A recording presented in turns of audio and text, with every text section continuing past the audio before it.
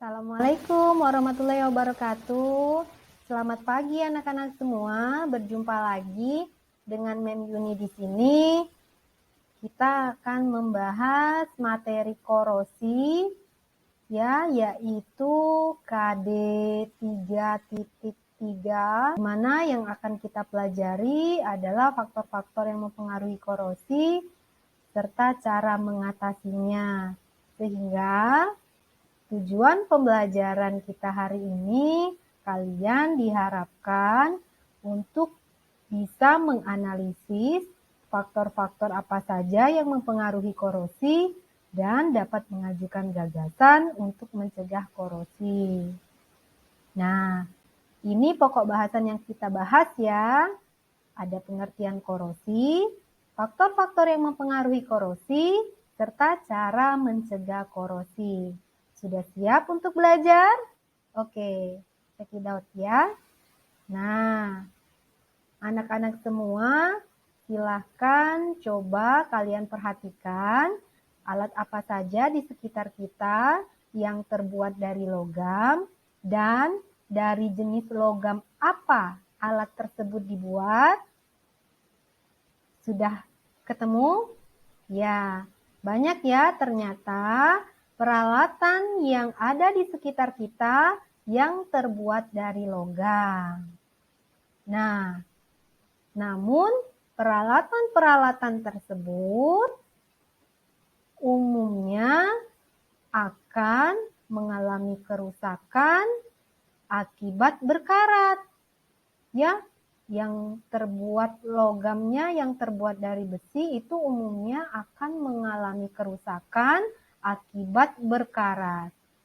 Bagaimana pandangan dari anak-anak semua melihat peralatan yang terbuat dari logam tersebut mengalami proses perkaratan?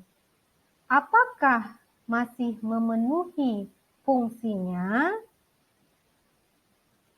Iya, umumnya peralatan yang terbuat dari logam dan yang mengalami perkaratan tidak kita gunakan lagi ya, karena tidak bisa memenuhi fungsinya kembali. Contoh sederhana, ya, misalnya pisau yang telah berkarat tidak kita gunakan lagi karena akan membahayakan kesehatan dan pisau tersebut tidak bisa melaksanakan atau memenuhi fungsinya sebagai alat pemotong. Ya, ini bisa kalian lihat dari kedua gambar berikut ini. Nah, gambar pertama ada tiang penyangga kapal yang biasanya ada di lepas pantai.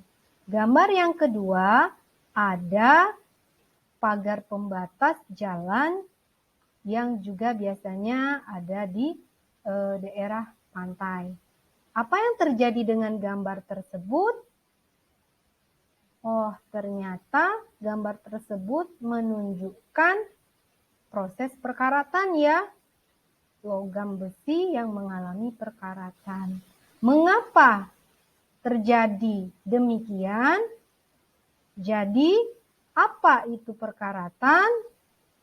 Nah, jadi perkaratan atau bahasanya itu istilahnya itu adalah korosi adalah reaksi redoks yang terjadi antara suatu logam dengan senyawa lain di lingkungannya, khususnya oksigen dan air yang menghasilkan senyawa yang tidak diinginkan. Jadi hasil dari perkaratan itu adalah senyawa yang tidak kita inginkan. Ya, perkaratan atau korosi itu identik untuk logam jenis besi. Jadi bagaimana proses korosi itu terjadi? Silakan anak-anak mengamati gambar dari slide berikut ini.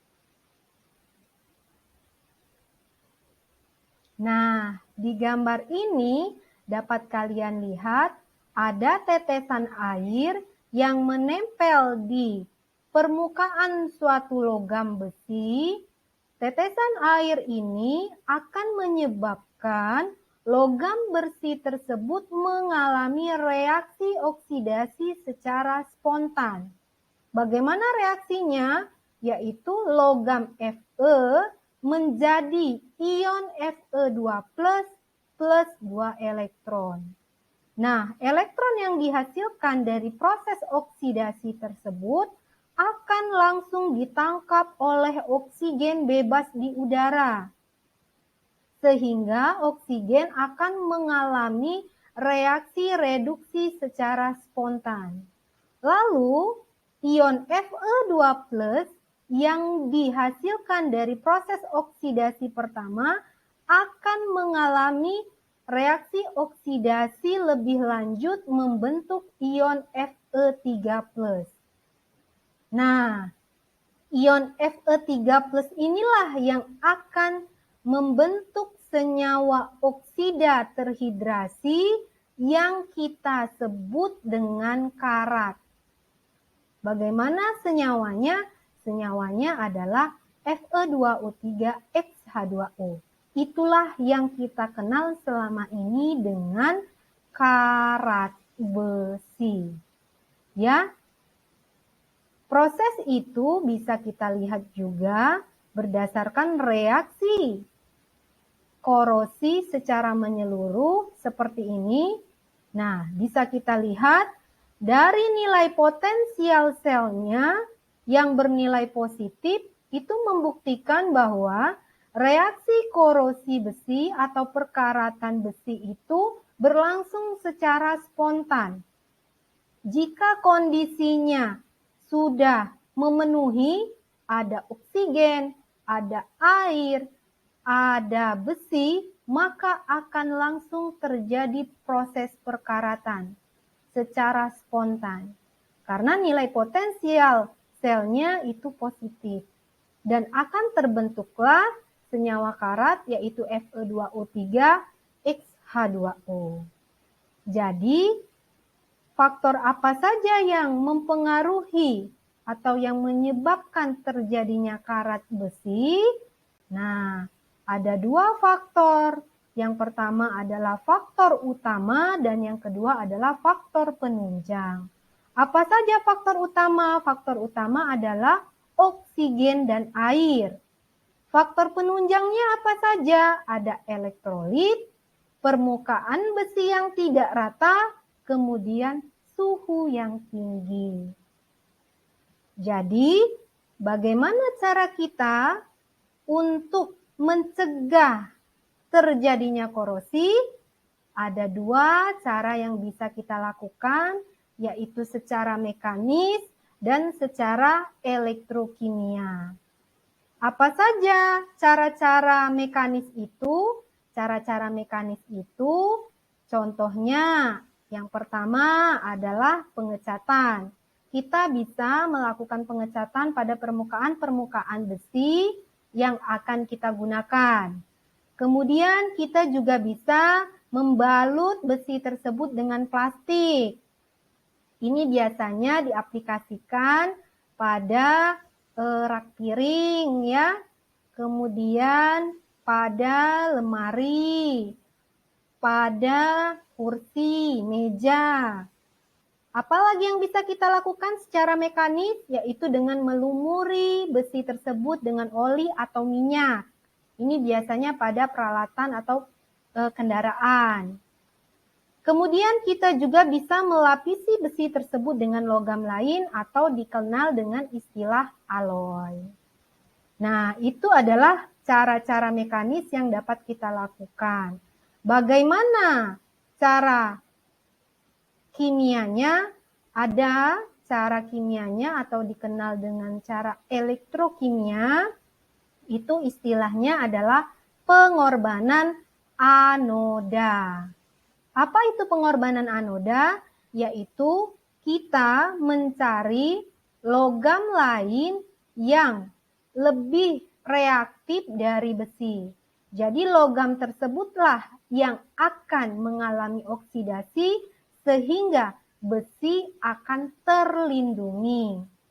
Nah, cara elektrokimia ini biasanya diaplikasikan untuk melindungi pipa-pipa bawah tanah atau bawah laut.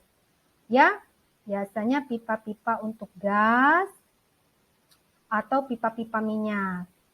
Nah, bagaimana anak-anak semua pemahaman kalian mengenai korosi atau perkaratan besi, faktor-faktor yang mempengaruhinya, dan cara mengatasinya? Sudah jelas? Sudah bisa diterima penjelasannya? Oke, sekarang untuk mengecek pemahaman kalian, kalian bisa melakukan evaluasi berikut ini. Di sini ada 3 gambar. Gambar yang pertama ada paku yang berkarat. Gambar yang kedua pakunya tidak berkarat. Gambar yang ketiga pakunya berkarat. Dengan kondisi yang berbeda-beda ya. Silakan anak-anak semua menganalisis faktor-faktor apa saja yang mempengaruhi ketiga gambar ini. Jangan lupa dibuat di buku latihannya ya. Bagaimana? Sudah? Oke. Sekarang kalian juga bisa melakukan proyek sederhana dengan melakukan eksplorasi lebih lanjut, berliterasi dari berbagai sumber belajar untuk mencari tahu ya bagaimana cara mencegah atau memperlambat terjadinya korosi selain dari yang Mem sebutkan di awal. Nah, jadi kalian boleh mengeksplorasi lebih lanjut lagi ya dari sumber-sumber belajar yang ada. Bisa online maupun yang buku offline. Oke? Selamat mengerjakan anak-anak semua. Terima kasih banyak atas perhatiannya. Sampai jumpa di kelas Mem selanjutnya untuk pokok bahasan yang berbeda. Mem akhiri pertemuan kita hari ini dengan mengucapkan Assalamualaikum warahmatullahi wabarakatuh.